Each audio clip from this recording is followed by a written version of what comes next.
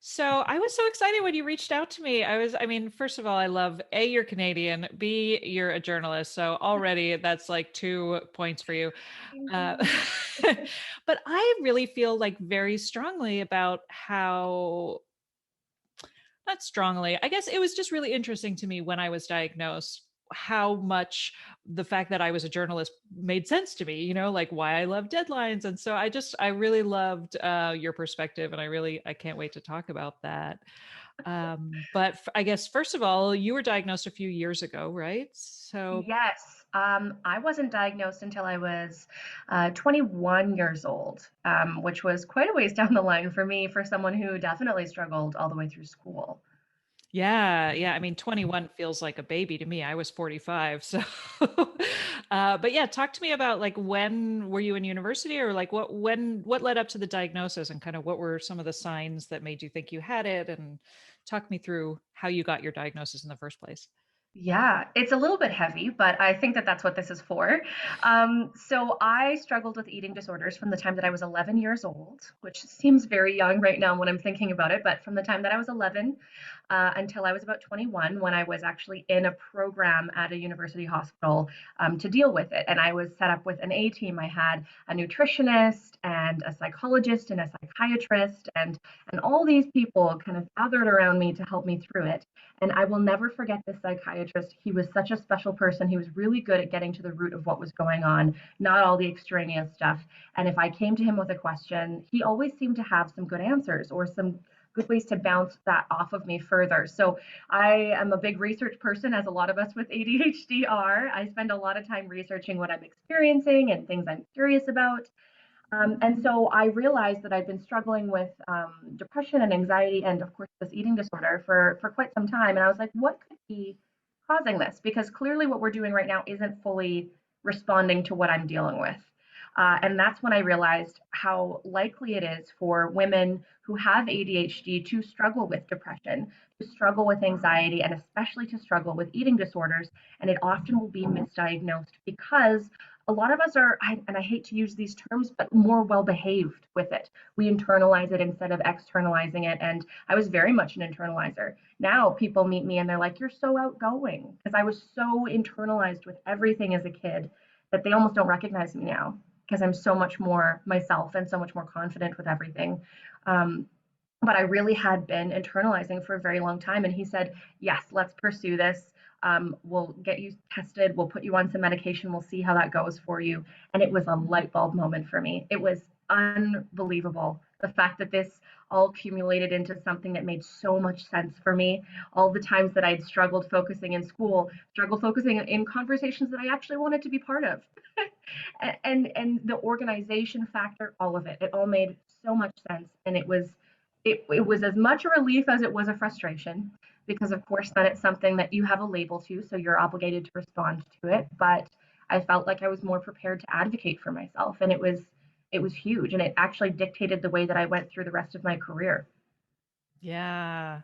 Now, when you were kind of handed that prescription, was there other sort of follow-up? Because I know, yeah, I have this conversation a lot with my guests about the idea that like really just getting the diagnosis is half the treatment, right? And like that idea of like, oh my God, okay, this is an explanation, and that's what we do. We love explanations, and we love, we are such a puzzle to ourselves. And so it makes sense to me that the diagnosis is such a big deal in terms of feeling better and our self-worth and our Yeah. self-esteem and all of that. But oftentimes, I feel like I keep hearing that sense of or I keep hearing that same story of like the doctor gave me medication and that's it. And that's exactly what happened to me too, and Yeah. granted, I did my own research and I did hyperfocus and I did all this stuff and I started this podcast and everything else. Like that was my way of learning about ADHD, but and myself, and have learned so much. But like, did you have, after going through, all of this kind of trauma and needing the help and needing that therapy, like how did that pivot once you had the diagnosis? You're right on that. I actually didn't get I think the full scope of support that I could slash should have at the time. But I was just grateful to have any shred of understanding of what I'd been going through, because I had felt like I was in a spiral for so long. So it's been me slowly, slowly building, like you mentioned, more understanding through connections with people, through research of my own, through talking with different therapists over the years. And I realized that ADHD, especially for grown women, is a very different beast. The way we handle it is so different. The way we respond to it is so different. The way it, and I hesitate to say it this way, but the way that it dictates our lives is quite different from perhaps other people. And I think that it's a growing, shifting thing that we're all discovering together at this point.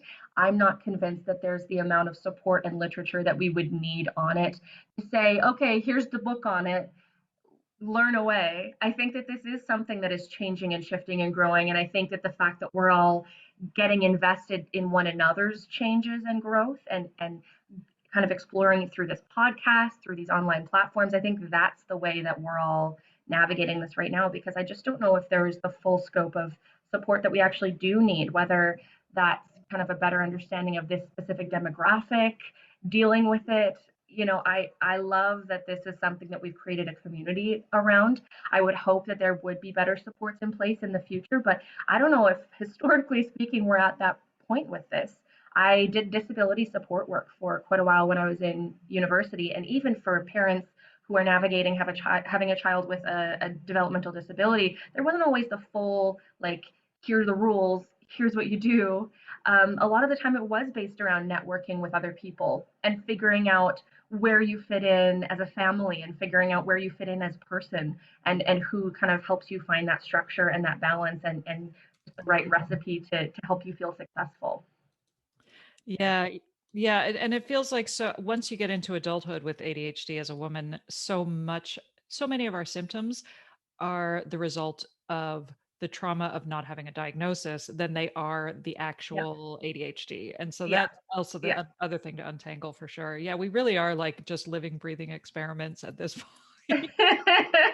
Well, and I feel like it makes a lot of us rock stars in our own respective fields. I feel like we shine so brightly because we're pushing so hard for all these things that we know we deserve that are harder for us to access. That being said, it does balance out with a lot of really rainy days mentally for a lot of us too. So I think finding that balance is where we all are struggling right now. Right. And yeah, it's been really fascinating to me to sort of explore the concept of imposter syndrome among the ADHD community because it's one of, yeah, like, as soon as I say the word imposter syndrome, you're like nodding, eyes wide, like, Yeah. we all relate to that so deeply in any of our chosen careers, because of that, like that dichotomy between being very bright and being super high achieving and yet also feeling so, having the worst self-esteem and just feeling so Mm, like our expectations are so out of line with our mhm. performance, and I think that's seems to be like a universal struggle with all of us. It's very difficult. I have days where I'm like, why are people trusting me with their stories? Why are people trusting me to handle their really sometimes deeply personal stories with care? And how do they know that I'm the right person? Like, I know in my heart that I care about people and that I care about telling stories ethically and properly and fully and kind of handing them the reins, but they don't know that meeting me. And why would anybody trust me in this position? Like, do I have the vibe of professionalism? I can be a bit scattered because of who I am as a person and because of my ADHD. And does that make me seem less reliable? And these are all the things that get up in my head that I think we all struggle with to some extent. Is like Mhm. I'll like overdo my like professionalism sometimes just to make people kind of believe that I am who I am. If that's it. Just I'm gonna pause for 1 second. I just need to get a Kleenex. Okay, no problem.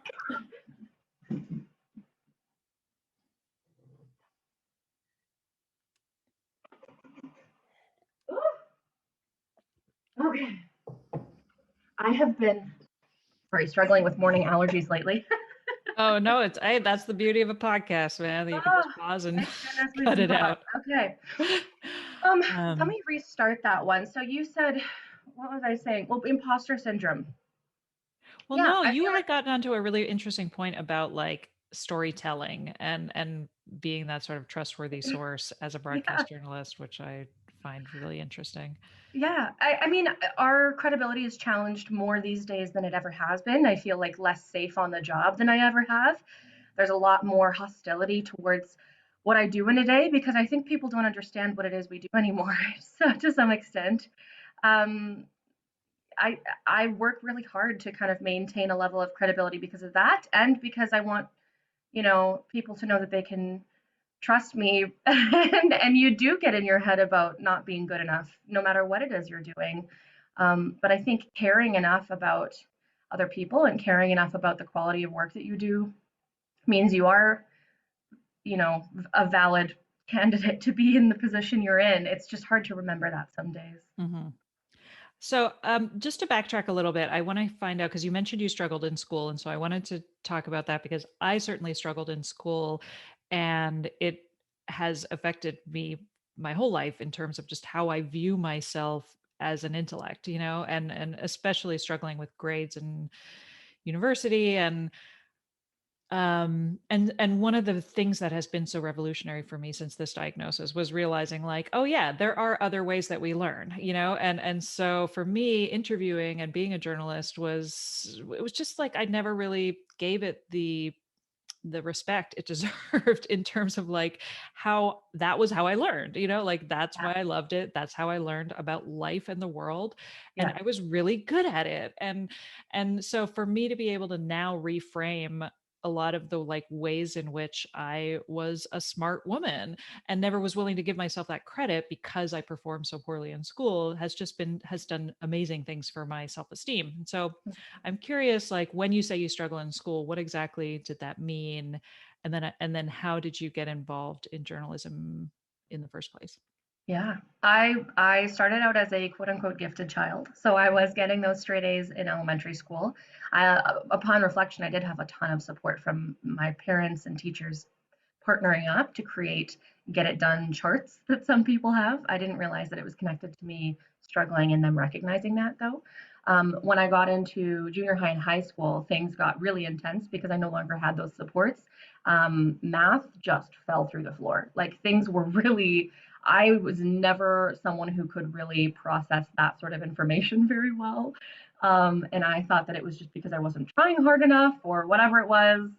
And even in university, there were things where I was like, oh my gosh, why is it that I can fly through some courses and some of them feel like I'm trudging through mud every day? It's just that selective thing that a lot of us have where what we're interested in is what we go balls to the wall for.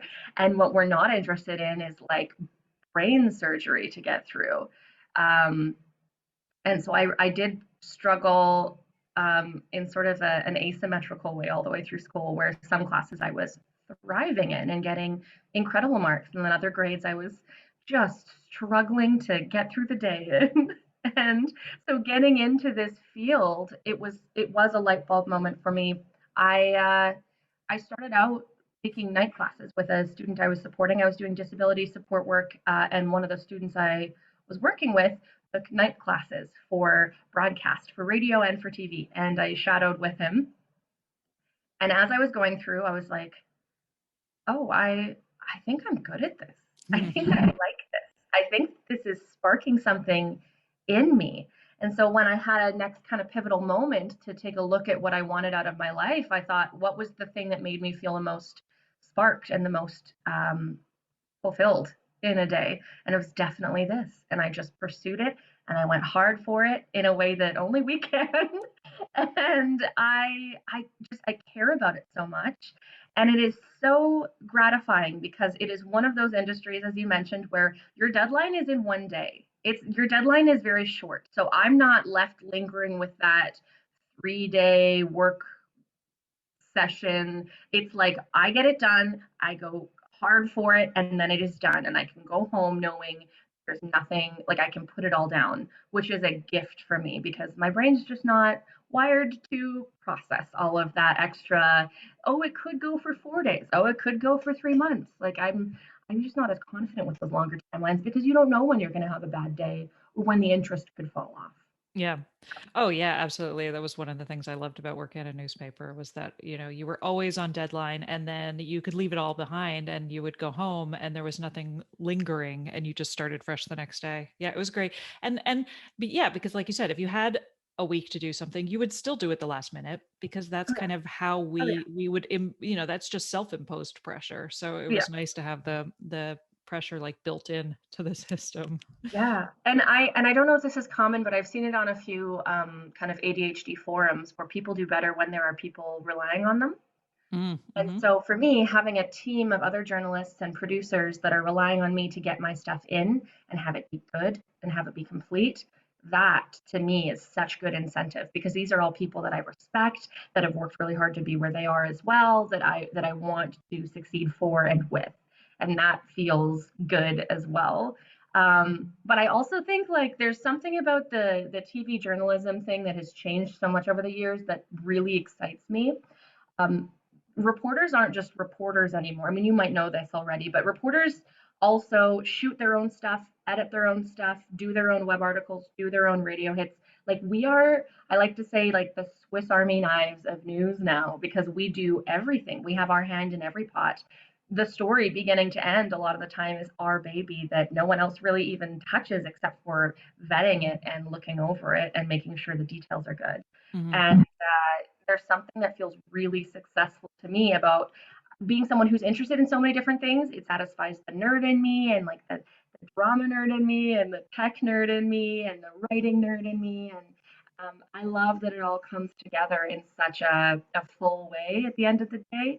And when I have a good day where I've connected with people and been able to tell their story and been able to do it completely myself, I get this sense of like I'm capable and I am smart and I can do these things, even though I had teachers or friends or coaches or boyfriends who previously said that I was too scatterbrained to accomplish certain things. It's really nice to be able to like buckle down and get it done and know that it was me.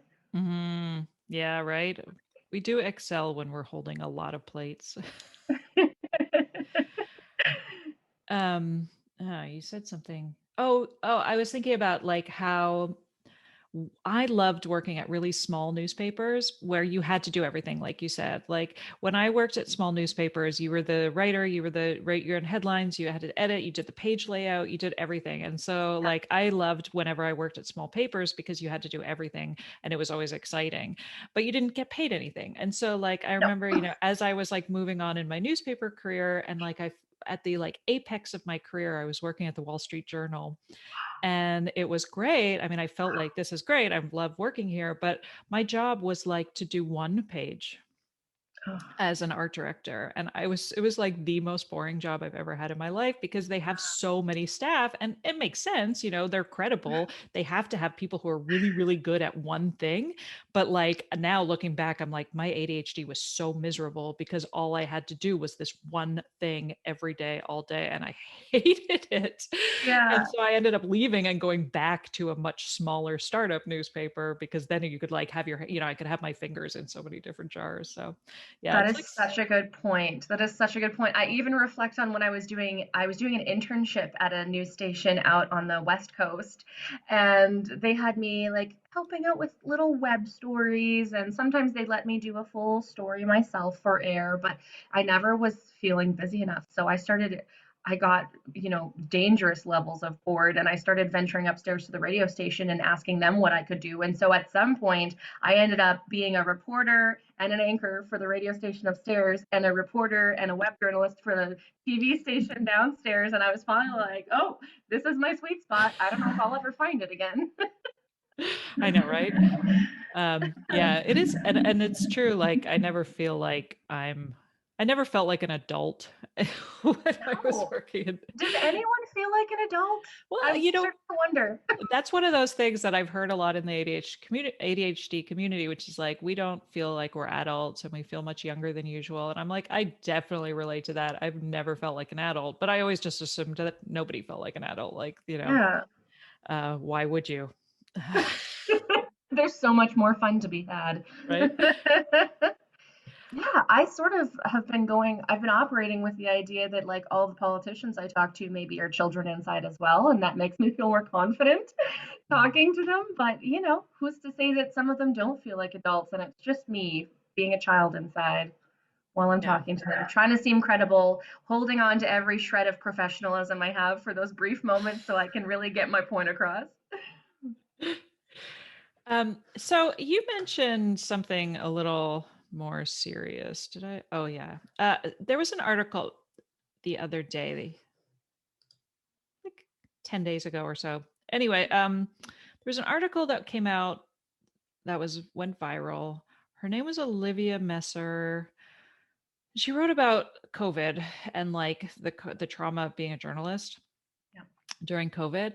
yeah, And my husband is I'm not working for any journalism. I'm not working for any newspapers or any news outlets right now. I'm just podcasting. mhm, But my husband still works in journalism, and so this mhm, year has been incredibly taxing yeah, because he's exposing himself to this just the constant influx of information has just the information overload has been yeah, insane. And it got me thinking because when you wrote to me, you had talked about the fact that it's like the amount of negative feedback that journalists get every day and how your ADHD has kind of impacted, I don't know positively or negatively, I want to find out, but it's made me think like we feel things really deeply. And like this past year, I feel like has been, I don't think a day has gone by where I haven't at some point just shouted, I fucking hate everybody, like yeah, it's yeah, I just feel like with Black Lives Matter and the attacks yes, on the AAPI community, and then you've got like all of this stuff with Trump and the anti-vaxxer, like it just this year was so much. And I'm still feeling like I don't know how to deal with the fact that I feel so much. yeah. And it used to be alcohol. That was how I dealt with it. I'm sober now. And so that's another thing I've been dealing with since my diagnosis. Congratulations. Oh, thank you. But like since my diagnosis, I've sort of been realizing like how much I used substance abuse and how Yeah, substance abuse is something that a lot of us deal with.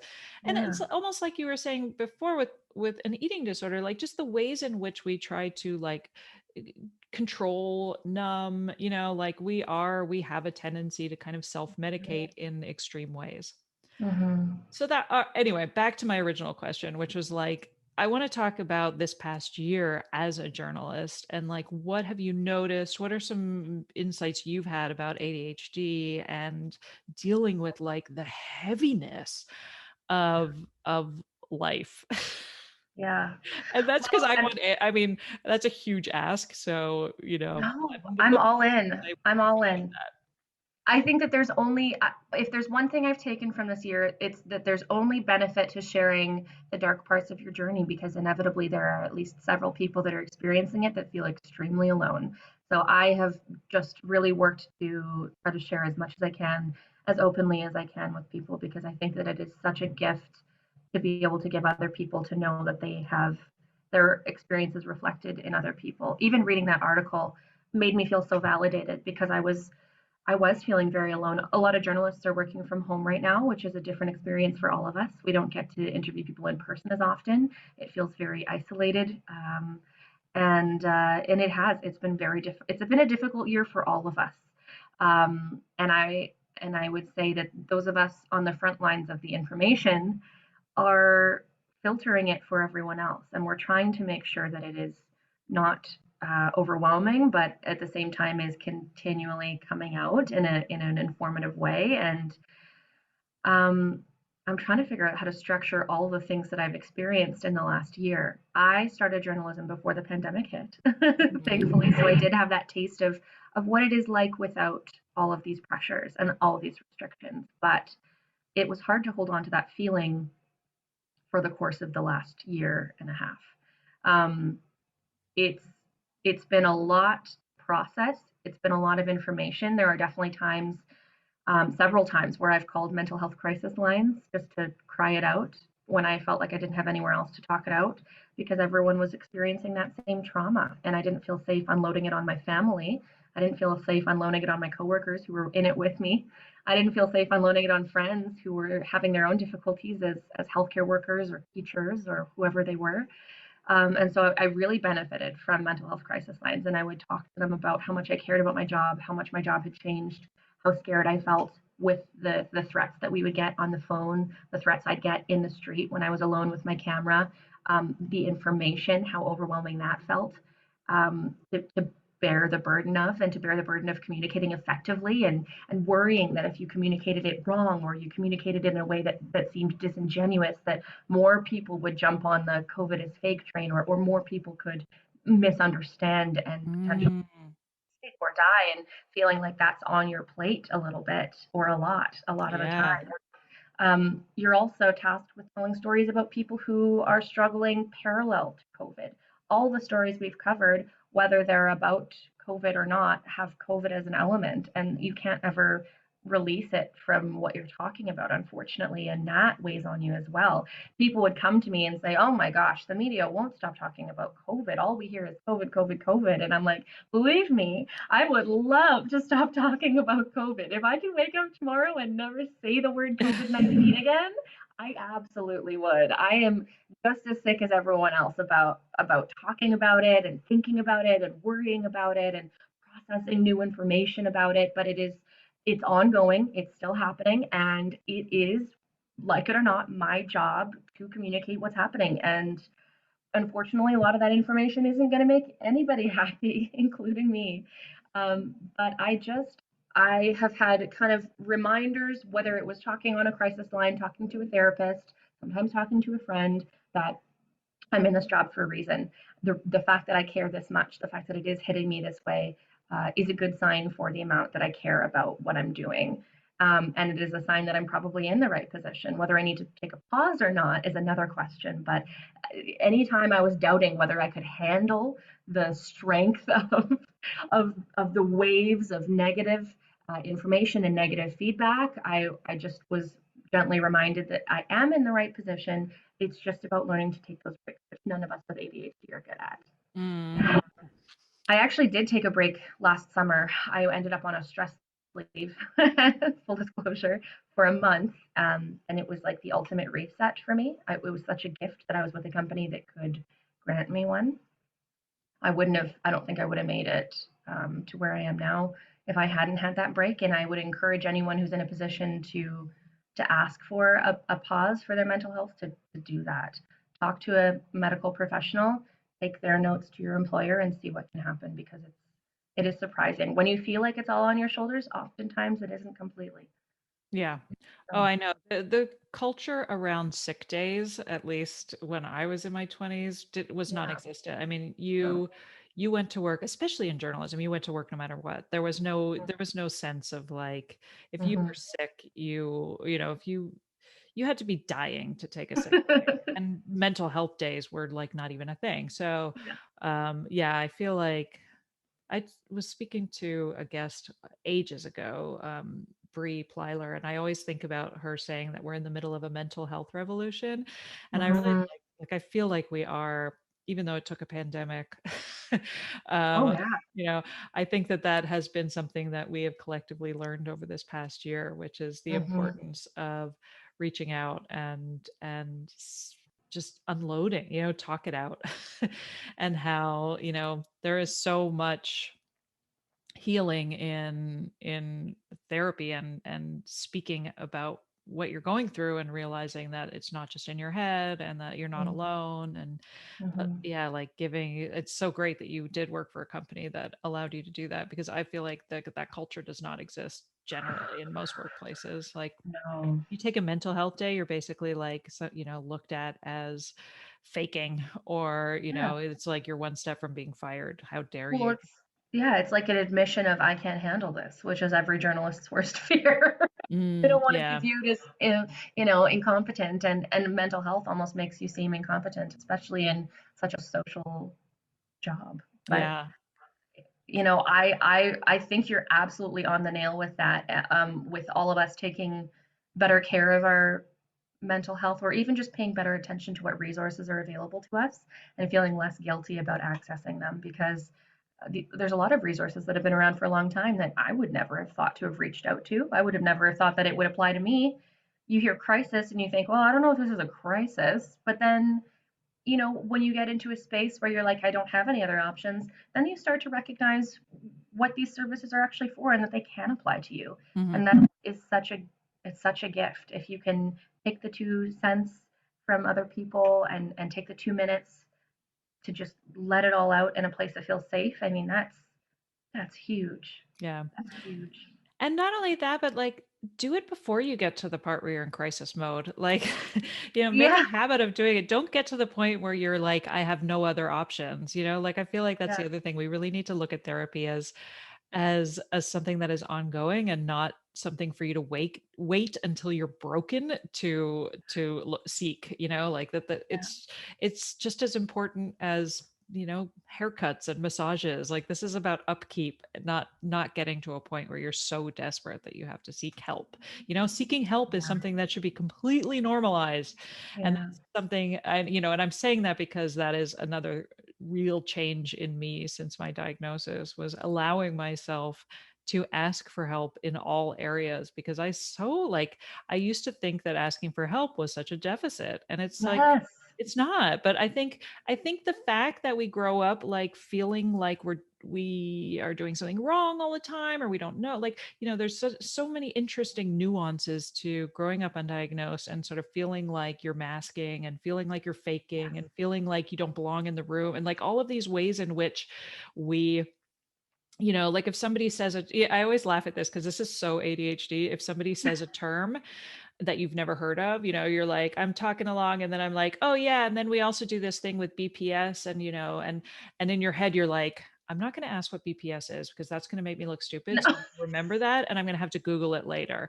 And like we totally do that all the time, Yeah. right? Which is like we would never admit. You'd never stop somebody mid-sentence and be like, what's No. BPS? Because that we're so paranoid about Yeah. seeming less than, Incompetent. right? Yes. Incompetent. Yeah. Oh my gosh, this is so enlightening to hear. And I mean, I am already a big researcher, but inevitably you start Googling it and it takes you on a wormhole of a bunch of other things that maybe didn't even think about. And then you start introducing them in conversations with other people and they don't think to ask and then they do their research. Right? Oh Yeah. my gosh. And I wanted to kind of wind back a little, and you mentioned masking. This is something that I've only been exploring in the last couple of years. I had no idea that I was masking this whole Mm. time because I remember I have like distinct memories of being told to stop fidgeting by various people as a child.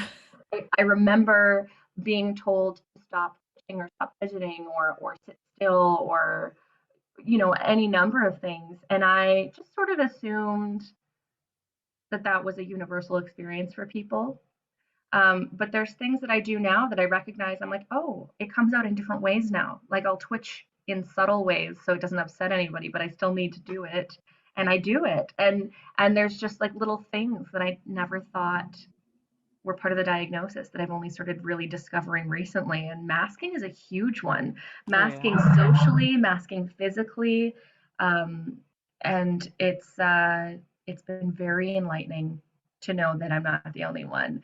And there's times when if I'm on camera, I have to be so careful because if I'm feeling a little overwhelmed, my face will just be blinking uncontrollably, and it looks a little crazy on camera. So I usually have to take a pause, breathe myself through it, and then start again. But that's something, I mean, I just kind of assumed everyone had nerves like that and they came out that way. And I didn't even think about it. Oh yeah.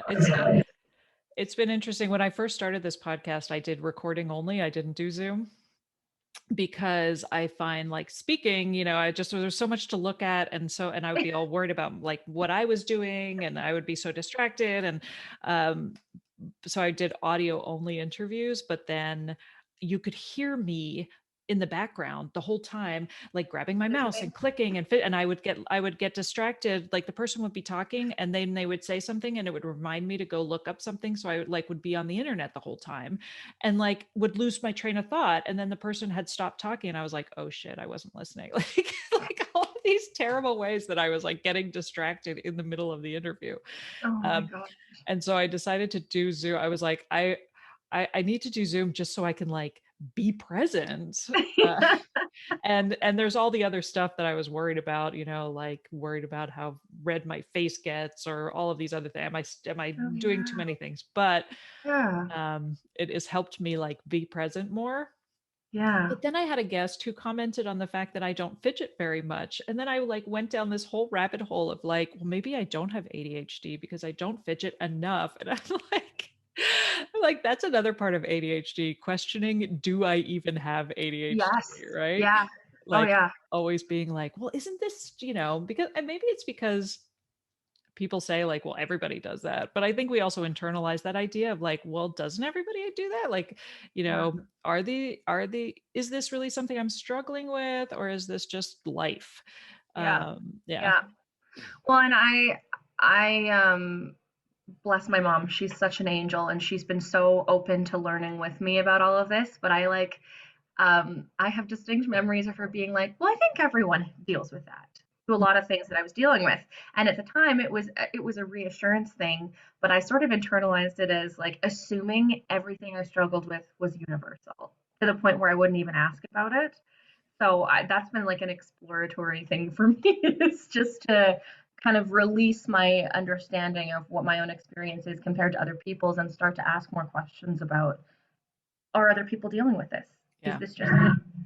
Um, and I have to say, going back to your comment about being on camera, this is so great for me and my ADHD because being able to focus on your face and see your responses to things and see you naturally doing things to keep yourself occupied, but knowing that you're listening makes me feel more validated in the fact that I do that. Because I think sometimes when we're interviewing people or talking, we'll hyperfixate on their eyes physically, but it's harder to pay attention when we're trying to do the right cues socially. Like it's harder to pay attention to what someone is saying when we're like, well, I want them to know I'm paying attention. I want them to know I'm paying attention. I want them to know I'm paying attention, rather than just naturally doing what we need to do and listening. Oh, I know. And then you add Zoom into all of this and like the no Zoom generation. And I mean, that just makes it makes socializing so much more complicated. And like I think about my kids too, like my son, he's in fourth grade. He goes onto Zoom for his classroom. I mean, he's in person thankfully now, but on Fridays they still do Zoom. But there was like a whole period of time where they were doing Zoom classes and like you can't ask, like you don't realize how much people talk over each other until you're in a Zoom and like people wait and then you've lost your train of thought because we can't, we lose the moment so quickly. And Yes. so like that's the other thing I do with my interviews. I'm like always typing notes to remember what to go back and ask because otherwise I just forget. um, but like watching like how difficult it is for people to just kind of jump in conversation with Zoom, Mhm. whereas like when you're just sort of talking as a bunch of people, it's much easier to kind of jump in and have those cues. Yeah, we're big jump runners. Yeah. I'm a big jump runner to the point where it's gotten me in trouble. I feel like this has given me more perspective on how much I jump in as well. And it's given me a better perspective on how to better listen by letting people complete their thought, which is not something I was ever strong with.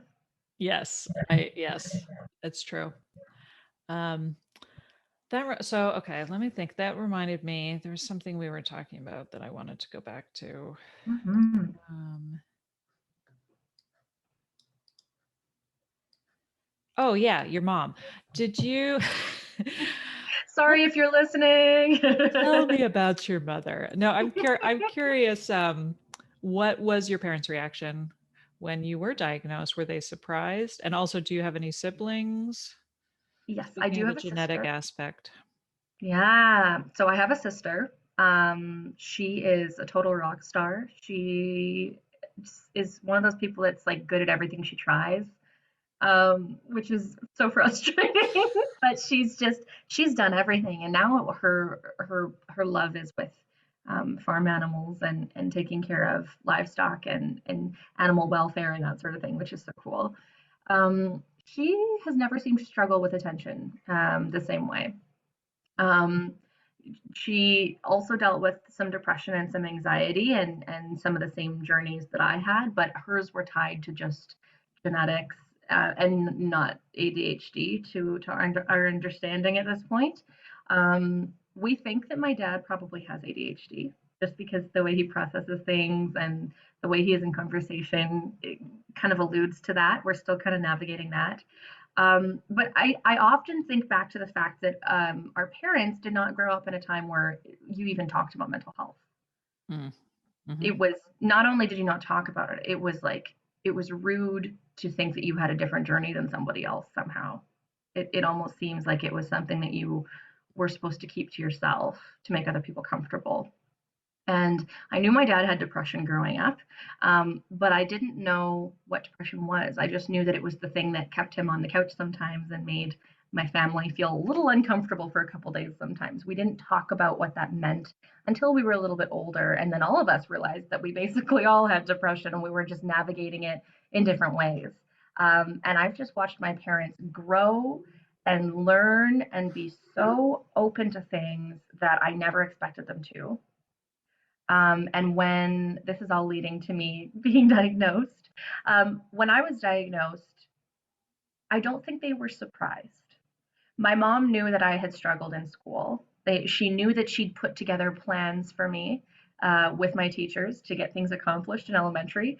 And what her words to me were, at the time, they were just sedating kids. They were just medicating them and sedating them. And I didn't want someone dictating to me that I had to sedate you or that I had to make you compliant with class rules just so that you could be in the classroom. I wanted you to be able to grow and learn the way that you wanted to. I wanted to advocate for you to figure it out on your own and to just have tools that weren't medication to help you at the beginning, which I'm actually really grateful for. But it also meant that she didn't seek getting me diagnosed earlier, which means I actually didn't know like what was going on with me for a really long time. Yeah.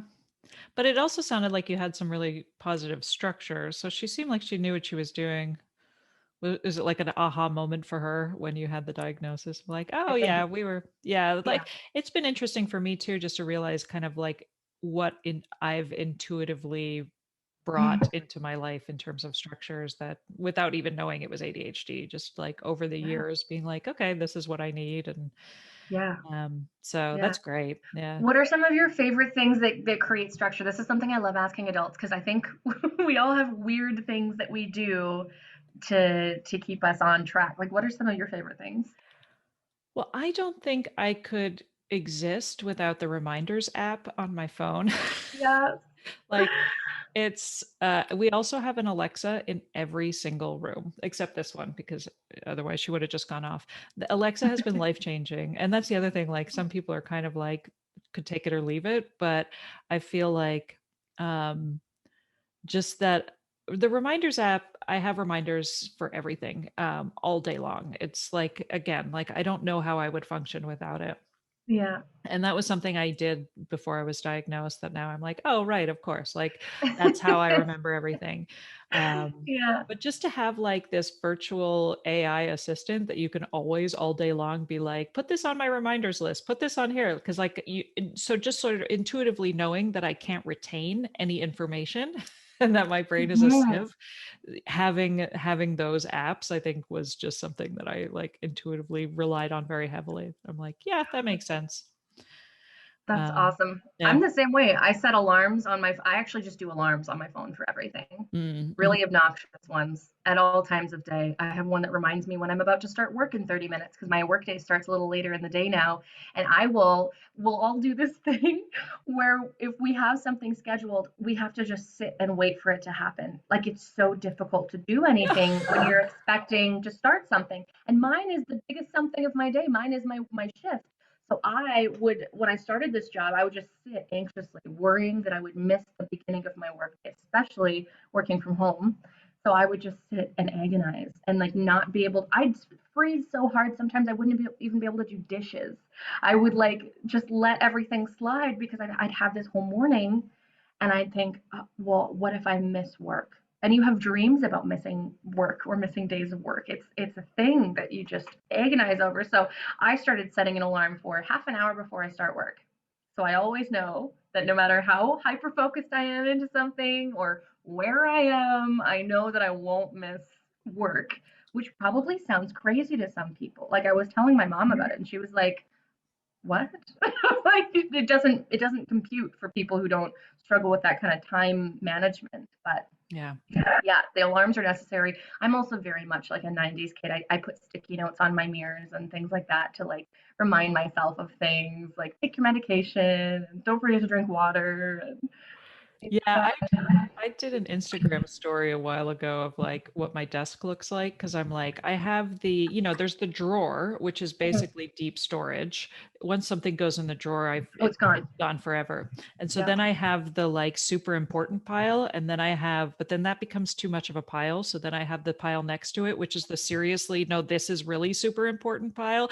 And then that gets too much. And so then next to that is like, you have to deal with this before you deal with the super important like Oh my all of God. these piles because once two or three things end up on the pile, then it becomes useless and you never look at it.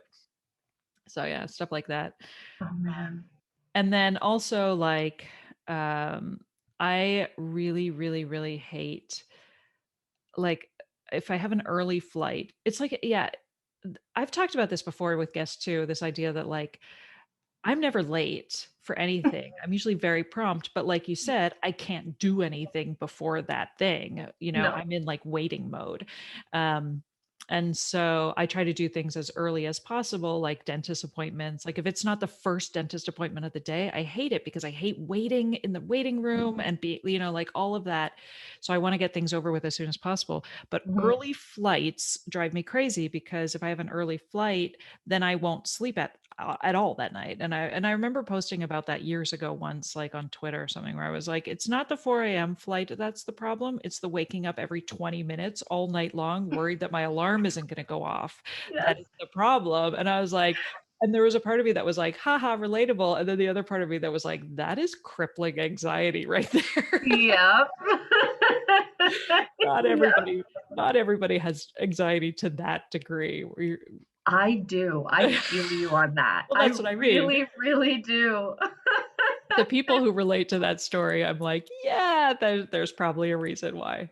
Yeah. And that's the other amazing thing I think about a diagnosis of ADHD is like really realizing that you found your people in a way that hits deeply. And I think also realizing like how going back to the sense of masking, like how deeply misunderstood we felt for so long.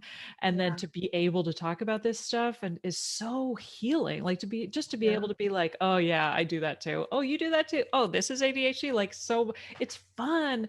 And it really is just like feeling like there are people like you in this world is so important to us. And I'm not sure why. I think maybe it's the fact that we just felt so like we were in a monkey suit our whole lives. Like I just sort of felt like we in that what a weird analogy. But I just meant like, just always feeling like you weren't fitting properly Yeah.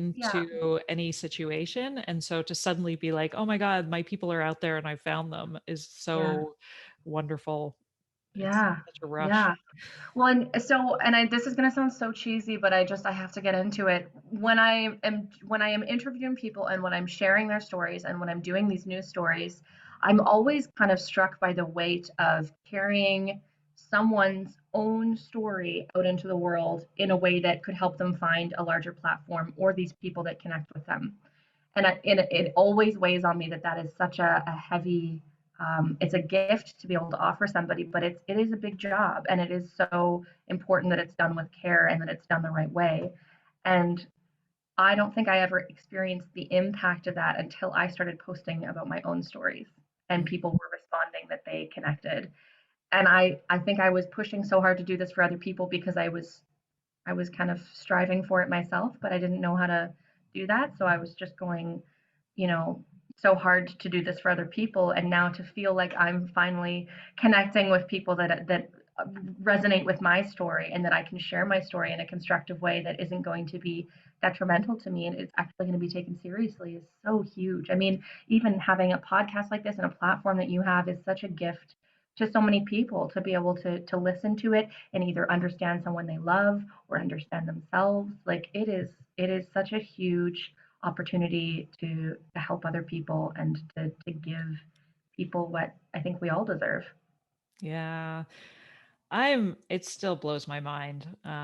Because yeah, like I've said before, like I benefit so much from these conversations and I learn so much about myself from these conversations, but I never really thought about other people listening in to these conversations and also benefiting from that and hearing themselves. And yeah, like it makes perfect sense to me now because it is such a difficult it's such a difficult acronym to describe to other people. It's such a really like the female experience is a very difficult one to describe. And Mhm. so, um, yeah, like I think these conversations just really help us pinpoint like what even is this?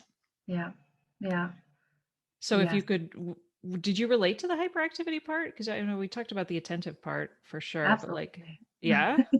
There were So, days there were days when I was like, "Is this manic? Am I manic?" yeah, Because of yeah, course there's the days where you sort of black out a little and get everything done on your to-do list, and then you're like, "Am I okay? yeah. What just happened there?" But it's such a thrill to be on that end of the spectrum. It's such a thrill to be able to be so productive, and it's probably concerning for everyone around you. Oh, I know. Yeah. But if you could rename it, would you call it something else? Such a good idea. I'm not sure if there would be another name that would fit it so well. I would change it because people use it as an adjective now. Hmm. And that always bothers me when people say, "Oh, I'm so OCD" or "I'm so ADHD." Like that definitely bothers me. But I think language is so powerful. And I think being able to just have a word to medically describe what we're going through is great. Um, I need to think more on this. I know. I don't have an answer either. I always ask everybody else, but I People still probably have haven't really decided one. smart ideas that they've told you that they love, and people have probably said that it was, a gift in disguise in a lot of different ways, and it is. Um, Perhaps I mean, I don't like saying like differently focused because it's a bit like differently abled, which is not always the most appropriate term to use. Right. I mean, it's got the hyper focus element. It's got the deficit. It's not a deficit though. I think that's the one word I would change. I know, and there's the new VAST acronym, variable attention stimulus trait, which I understand that it's variable attention versus attention deficit, but the whole stimulus trait thing, I don't know, it doesn't really land with me much. Yeah, it sounds It was a very nice try. technical. Yeah, exactly, right? Whereas I'm sort of like, I think it really all just comes down to a dopamine deficiency. Like maybe that's what we should call it, dopamine deficiency. Dopamine deficiency sounds excellent. When It's a lot I easier to watched, describe to people, be like, "Oh, I have a dopamine deficiency." yeah, You're that eating sounds your ice great. cream. I'm a dopamine seeking missile. That's what Right? it is. Yeah. I mean, basically, like at the end of the day, that's what it all comes down to. All of this, like, a lot of the, like I said, a lot of the symptoms are really the result of the trauma of not knowing what's wrong with you, quote unquote.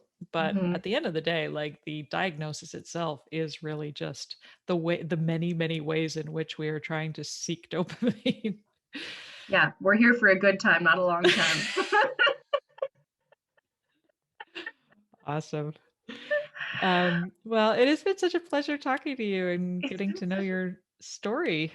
It's been such a pleasure talking to you. I just think what you're doing is so wonderful, and I'm so honored that you wanted to chat with me about mine, even though I'm a little younger than I think some of the people you've spoken with. And I'm so grateful that there are people like you that care so much about connecting everyone and using those skills that you do have in such a huge impactful way. It takes a lot of bravery to put yourself out there. Like I Oh, know that it does. I do it every day and it scares the hell out of me to put my face or my name or my voice on something, and just the fact that you are being so brave and you're using some of the most vulnerable parts of you to make something so important is just so wonderful. oh, thank you. I love when it's viewed that way because I don't view it that way at all. I just sort of No. I impulsively blurt out things about my life without really thinking about whether I should keep them private or not. And people say, "Oh, that's so brave that you're being so vulnerable." And I'm like, "Is it? It's actually just no foresight at all." But the hindsight sometimes kills you. I know that Yeah. from my own Yeah. experience. Sometimes you blurt out those things impulsively and then you agonize over them in bed for nights, for weeks, and Oh, think, was that yes. too much? Did I come on too strong? And my answer to that for you at this point, after having such a wonderful conversation, is you are absolutely on the right track. Just keep Aw. following those impulses. Thank you. Yeah, I know. I was definitely like, I would definitely write an incredible piece and then I would find a typo the next day and I'm like, it's dead to me. it's not going Never, in my portfolio because there's one typo. never post this again. Um, Oh my gosh. so usually, when I usually I ask guests like where people can find you or how people can work with you, or like Mhm. how much do you want people even looking you up? Like I Yeah. certainly want to help promote you if you have a website or anything, but yeah, like where can people get more of you? Yeah. Well, if they want to get more of my voice and maybe my face, they can find me on Global News. I'm working at Global Saskatchewan right now, which has been such a wonderful experience. I absolutely love this city and the station. Um, and as for me, I don't have a website right now. I was looking at building one. I'm not sure I do some voiceover work on the side. Really? Um, I haven't really I haven't established my brand fully. I'm still I'm viewing myself as a kid, I guess, professionally. I would say that if people are looking to find anything from me, yeah, the best would be checking out Global News or checking out my Twitter, which is Emily Olsen _4. Okay. So I can put a link to your Twitter. Yeah, absolutely. Sorry, wait, Absolutely. what was it? Emily Olsen underscore Yeah, four. Okay. _4. That's what your Instagram is too, right? But Yes. that's Although I private. don't think there's an underscore on Instagram because maybe there were fewer Emily Olsens when I joined. Okay. There's so many of us. It's a pretty popular name. Although I actually love having my Weber is my married name, and I like loved when I took it on because I just was like, I am like 100% ungoogleable now. I Oh, that's loved. so funny. I like that. I like that a lot. Yeah, I might do that. I was like, I don't know if I would take my husband's like when I I got know. married, I don't know if I would take his name, but now I'm like, well, maybe I would. Just create a little distance at that point in my life. Well, it was funny. The My name is Sternberg, which is fine. Whatever, it's a fine name, but I never had any like, I Oh, never loved it. And when I met my husband, his last name is Weber, and I was like, Katie Weber, Katie Weber. It sounds so great. And I was like, my feminist sisters like would be yeah, so mad at me for yeah, changing my name. But I was yeah. just like, how often do you get a chance to change your name? And I was 27, so I was like, what's the big, I just was like, Change your whole identity. I Why not? but there's always been this part of me after the fact that was like, but, I shouldn't change my name. I should keep my name, and I'm not my husband's property, and all of this stuff. But I'm like, but it Mhm. sounds so cute. So I It's always say like, adorable. if it was the other way around, and like I was originally a Weber and married a Sternberg, I'd be like, yeah, I would never change my name. But No, no. But you picked a really good one, so that's his fault. but I always feel like I have to defend my feminist sensibilities as to why I ended up changing my name in this day and age. I Emily think Olsen's a good name. That's like you sound like a comic book character. So Thank you. Thank you. I never thought much about my name, and then I was sending something to our national team to get vetted before it went to air. And one of the producers there was like, oh, Emily Olsen, you're made for news. And I was like, thank you. I know, right? Validation. It's the Olsen pedigree for sure. It's Oh my definitely gosh. a good journalism name.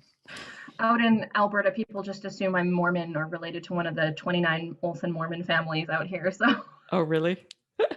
so you can't get away from it. It's so funny. Um, Uh, all right. Well, thanks again. It was so Hi. lovely to talk to you. I'm so glad you reached out. And That yeah, For an hour, that went by very quickly. I know, right? I'm always worried.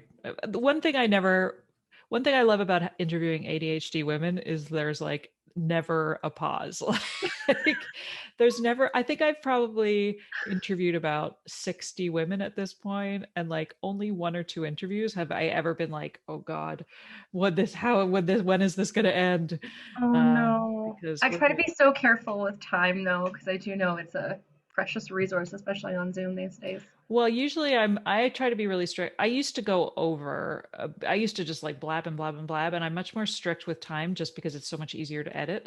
I'm Yeah. just Oh like gosh. done. Yeah. The Um, gift you give yourself is making it easy to edit. I know exactly. Gifting my future self. But yeah, um, we love to just like go on tangents, and we're never a moment of boredom. So that's always No. interesting. But like, oh, and that's the other thing. It's really hard to edit the podcast because we go on tangents. And so I can't like one thing is like, oh, that reminds me, go and like we circle back all the time. And so it's really difficult to pick like blocks of time to cut out because everything is in some way a reference to something else that was spoken about. And so Oh that's why no. I'm like, I have to be really strict about the chunk of time. Yeah, but I thought you did a really great job with guiding it and like setting that like this is the chapter that's going to be this topic. And I thought that it was like I was appreciating the structure because I was like, "Oh God, one of us has to be on top of this because I'm not." I know, right? And Uh, then there's this whole thing about ADHD and relationships that I almost went on a tangent on because I've learned so much about how it behaves in relationships. And I was like, "Thank God I didn't start on that because I that know. Well, oh, that's a even whole other chapter."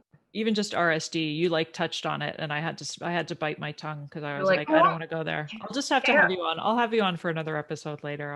I'll bring you back on to talk about because I love talking shop, and I feel like Do there it. is so many interesting things about, or even just like you were talking about, like the storytelling, and I hadn't really even thought about that responsibility of just like if I misconstrue, if like that pressure we put on ourselves to make sure that we properly represent somebody like even like I had a podcast episode that came out this morning because it's Monday morning, and I've been agonizing over whether I gave it the right headline because I was like, did I get out of this conversation the same thing that she got out of this conversation, and am Yeah. I and I want something punchy that's going to like grab people's attention, but I also don't want to But feel like I'm misrepresenting. yeah. So anyway, yeah, there's so much RSD in journalism that I feel like we could probably have spend another hour talking about. We So could, we could. You let me know. I'll dive deep. Oh my um, gosh, you are such a gift. Thank you so much for this.